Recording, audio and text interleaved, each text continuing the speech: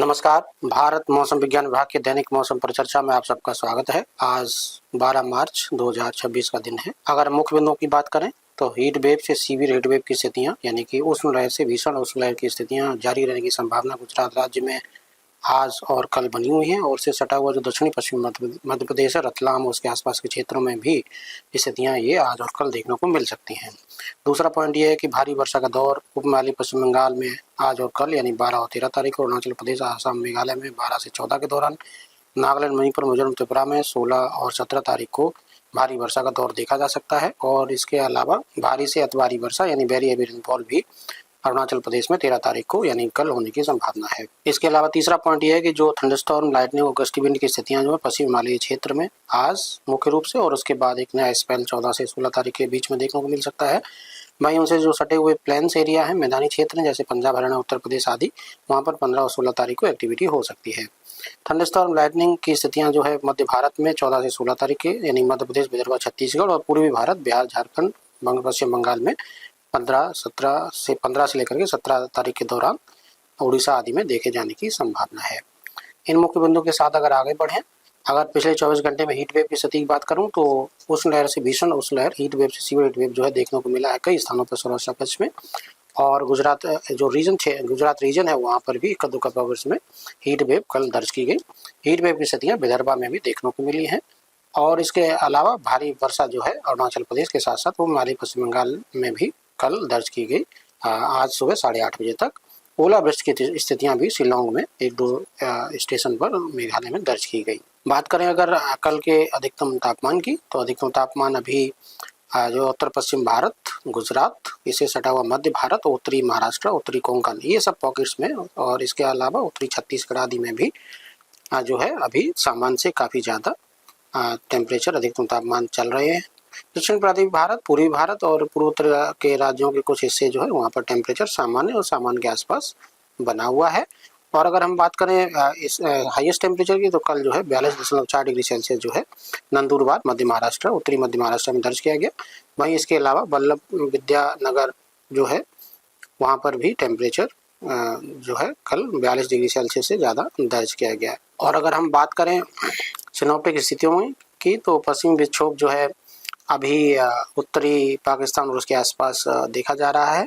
इसके अलावा मध्य असम के आसपास एक सर्कुलेशन है, कोमरन एरिया में एक सर्कुलेशन है। इसके अलावा एक सर्कुलेशन बांग्लादेश और उसके आसपास के क्षेत्रों में देखा जा रहा है। और एक ट्रफ लाइन भी जो है मध्य क्षोभ मंडल में 90 डिग्री ईस्ट और 42 डिग्री नॉर्थ यानी कि दक्षिणी बांग्लादेश के आसपास देखी जा रही है।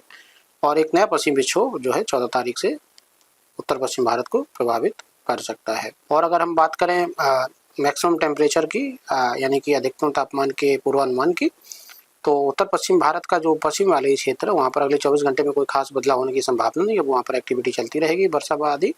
इसके बाद वहाँ पर टेम्परेचर 3 से 5 डिग्री सेल्सियस जो आने वाले 2 दिनों में बढ़ोतरी होने की संभावना। और उसके बाद एक नया स्पेल वर्षा का फिर चालू होगा। इसके प्रभाव में धीरे धीरे टेम्परेचर 3 से 5 डिग्री सेल्सियस पुनः गिरने की संभावना है। वहीं अगर उत्तर पश्चिम भारत के मैदानी क्षेत्रों की बात करें उत्तर प्रदेश के अलावा तो वहाँ पर टेम्परेचर जो है धीरे धीरे 2 से 3 डिग्री सेल्सियस जो है आने वाले 2 दिनों में गिरने की संभावना है। और उसके बाद वहाँ पर कोई खास बदलाव होने की संभावना ही नहीं। हालांकि उत्तर प्रदेश की अगर बात करें तो उत्तर प्रदेश में जो है 2 दिनों में कोई खास बदलाव नहीं, परंतु वहाँ पर 2 डिग्री सेल्सियस की बढ़ोतरी उसके बाद 2 दिनों में होगी। और उसके बाद वहाँ पर गिरावट जो है 2 से 3 डिग्री सेल्सियस की हो सकती है। वहीं अगर मध्य भारत की बात करें तो वहाँ पर 2 दिनों में कोई खास बदलाव होने की संभावना नहीं, परंतु वेदर एक्टिविटी की वजह से 3 से 5 डिग्री सेल्सियस उसके बाद वहाँ पर गिरावट होने की संभावना अधिकतम तापमान में बन रही है। अगर हम पूर्वी भारत की बात करें तो वहाँ पर भी कोई खास बदलाव अभी आने वाले 24 घंटे में कोई खास बदलाव होने की संभावना नहीं है, परंतु उसके बाद धीरे धीरे 2 से 3 डिग्री सेल्सियस वहाँ टेम्परेचर बढ़ेगा। और उसके बाद दोबारा से 2 से 3 डिग्री सेल्सियस उसके 2 दिनों के बाद फिर से गिरने की संभावना है। बात करें अगर हम पूर्वोत्तर राज्यों की तो वहाँ पर टेम्परेचर में अभी एक्टिविटी चल रही है, इसलिए वहाँ पर 4 से 5 डिग्री सेल्सियस आने वाले 2 दिनों में टेम्परेचर में गिरावट हो सकती है। और उसके बाद उसमें कोई खास बदलाव होने की संभावना नहीं है। अगर हम गुजरात राज्य की बात करें तो आने वाले 2 दिनों में वहाँ पर आने वाले 24 घंटे में वहाँ पर कोई बदलाव नहीं दिखाई देता, परंतु उसके बाद वहाँ पर 2 से 4 डिग्री सेल्सियस की गिरावट होने की संभावना है। और अगर हम बात करें महाराष्ट्र की तो महाराष्ट्र में 3 दिनों में कोई खास बदलाव नहीं दिखाई देता, परंतु उसके बाद महाराष्ट्र में भी वेदर एक्टिविटी हो सकती है, इसलिए वहाँ पर भी धीरे धीरे टेम्परेचर 2 से 3 डिग्री सेल्सियस गिरने की संभावना 3 दिनों के बाद बन रही है। दक्षिण प्रांतीय भारत में कोई खास बदलाव होने की संभावना नहीं है। और अगर हम बात करें आज के पूर्वानुमान की, चेतावनियों की, तो जो थंडरस्टॉर्म का जोन आज रहने वाला है वो मुख्य रूप से पूर्वोत्तर के राज्य, वहाँ पर थंडरस्टॉर्म की एक्टिविटी और भारी वर्षा भी होने की संभावना असम, मेघालय, अरुणाचल प्रदेश और उप हिमालयी पश्चिम बंगाल में बनी हुई है। पूर्वी भारत में भी थंडरस्टॉर्म एक्टिविटी शाम के टाइम पे रहने की संभावना है, रात्रि में भी रह सकती है, मुख्य रूप से बिहार, झारखंड, पश्चिम बंगाल और उड़ीसा। इसके अलावा हीट वेव की बात करें तो हीट वेव जो है मुख्य रूप से सौराष्ट्र, कच्छ और गुजरात रीजन में देखने को मिल सकती है। इसके अलावा दक्षिणी पश्चिमी मध्य प्रदेश और पश्चिमी विदर्भ, यहाँ पर भी हीट वेव की स्थितियां देखे जाने की संभावना है। ऑरेंज कलर हीट वेव से सीवियर हीट वेव के लिए आज सौराष्ट्र, कच्छ को जारी किया गया है। उमस भरा मौसम भी जो गुजरात के तटीय क्षेत्र वहाँ पर बना रह सकता है, और इसके अलावा केरलम और तटीय कर्नाटक जो है वहाँ पर भी जो है उमस भरा मौसम, हॉट एंड ह्यूमिड वेदर रह सकता है। इसके अलावा उत्तर पश्चिम भारत की बात करें तो उत्तर पश्चिम भारत में मुख्य रूप से जम्मू कश्मीर, हिमाचल प्रदेश, उत्तराखंड और पंजाब, यहाँ पर थंडरस्टॉर्म के साथ हल्के से मध्यम स्तर की वर्षा और पहाड़ों पर हिमपात होने की संभावना है। और अगर हम बात करें कल की, तो कल जो है orange colour heavy to very rainfall के अरुणाचल प्रदेश के लिए और येलो कलर हैवी रेनफॉल के लिए असम, मेघालय और उप हिमालयी पश्चिम बंगाल कर दिया गया है। थंडरस्टॉर्म की एक्टिविटी जो पूर्वोत्तर राज्यों में जारी रह सकती है कल भी। हीट वेव की स्थितियां हिमाचल प्रदेश में रीडेवलप हो सकती हैं, और इसके अलावा गुजरात राज्य और पश्चिमी मध्य प्रदेश में जो है हीट वेव की स्थितियां जारी की गई। उत्तरी कोंकण में भी हीट वेव देखने को मिल सकती है। उमस भरा मौसम गुजरात के जो तटीय क्षेत्र वहाँ पर और इसके अलावा केरलम और तटीय कर्नाटक में उमस भरा मौसम देखने को मिल सकता है। थंडरस्टॉर्म की शुरुआत जो है विदर्भ और छत्तीसगढ़ से मध्य भारत में होने की संभावना कल से दिखाई देती है। 14 तारीख की बात करें तो राजस्थान में और पंजाब में थंडरस्टॉर्म हो सकते हैं, शुरुआत हो सकती है, और इसके अलावा उत्तराखंड में भी थंडरस्टॉर्म देखने को मिल सकते हैं। पूर्वोत्तर राज्यों में इंटेंसिटी में हल्की सी कमी आएगी, परंतु भारी वर्षा का दौर अरुणाचल प्रदेश, असम, मेघालय में बना रहेगा। थंडरस्टॉर्म एक्टिविटी पूर्वोत्तर राज्य में चलती रहेगी। महाराष्ट्र मुख्य रूप से इंटीरियर महाराष्ट्र, मुख्य रूप से मध्य महाराष्ट्र, मराठवाड़ा और विदर्भ, यहाँ पर थंडरस्टॉर्म देखे जा सकेंगे, और छत्तीसगढ़ में भी थंडरस्टॉर्म की एक्टिविटी 14 तारीख को देखने को मिल सकती है।